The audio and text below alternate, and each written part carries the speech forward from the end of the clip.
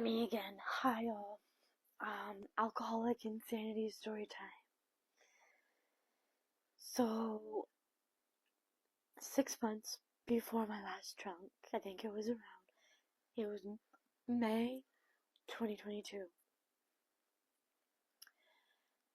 And I had started hitting a financial wall with my spending on alcohol.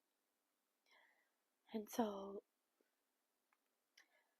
I started thinking about ways I could save money on booze.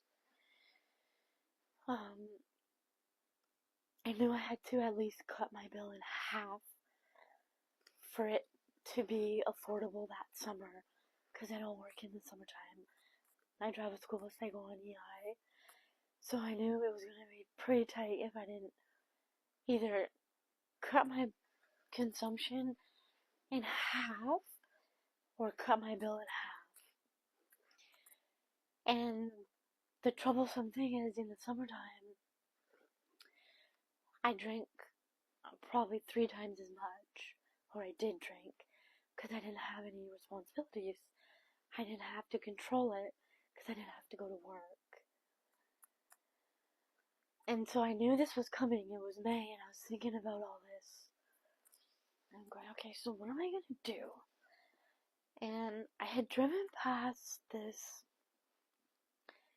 brewery downtown where I live a few times, and I thought to myself, that might be an option. So I walked in.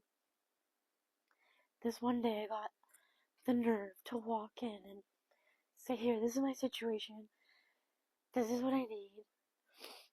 And the guy behind the front desk who owns the store, he looks at me and goes, you're in the right place. If that's what you're looking to do, we can cut your bill in half. I was like, sweet. Because in my head, it was like, you're either gonna try and stop drinking this summer, or you're just gonna go balls to the wall and see where it takes you. So I started making wine, big things of wine and beer kegs. So here's where my insane thinking comes in, right? Because I never used to keep more than I would drink in my house. Like, more than I would drink for that day, plus a little bit extra. So I thought it was a great idea to have cases of wine and cases of beer made up and stored in my house, right? Right. So I was really happy about my bill being cut in half, and I wasn't going to worry about that.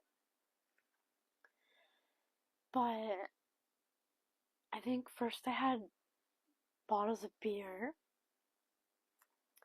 and I was like, okay, the beer tastes pretty decent.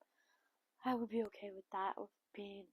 So I decided to go out and buy a beer fridge for kegs with a kegerator tap. I thought this would be the best idea. So I go out, purchase the keg, try to hook it up.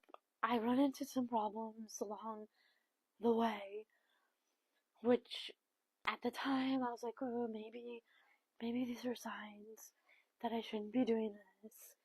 Maybe it's not a good idea.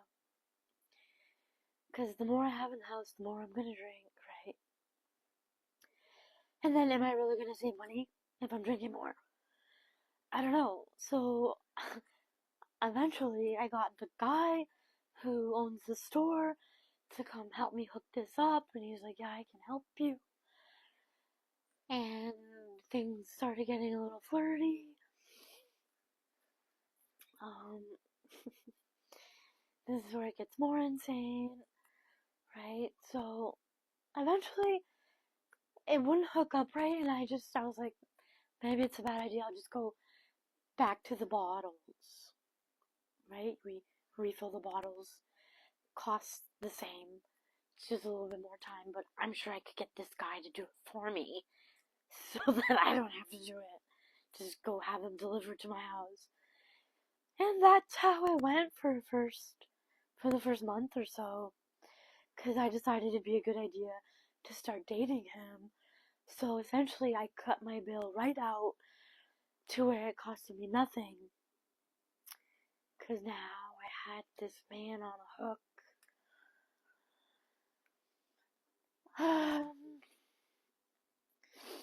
He was also married, by the way.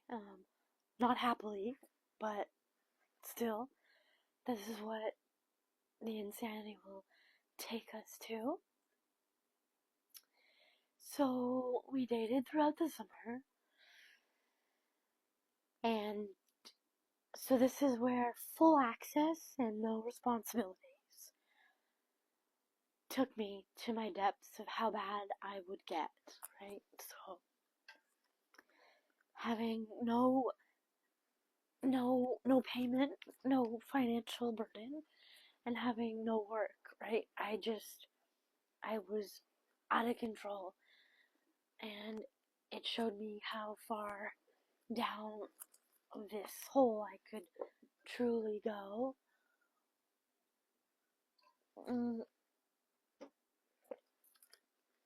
And so, by the end of the summer, I was in pretty rough shape, but I had no intention of stopping yet. The consequences still weren't powerful enough to get me to go get some help. Some serious help, right? With the alcohol in particular.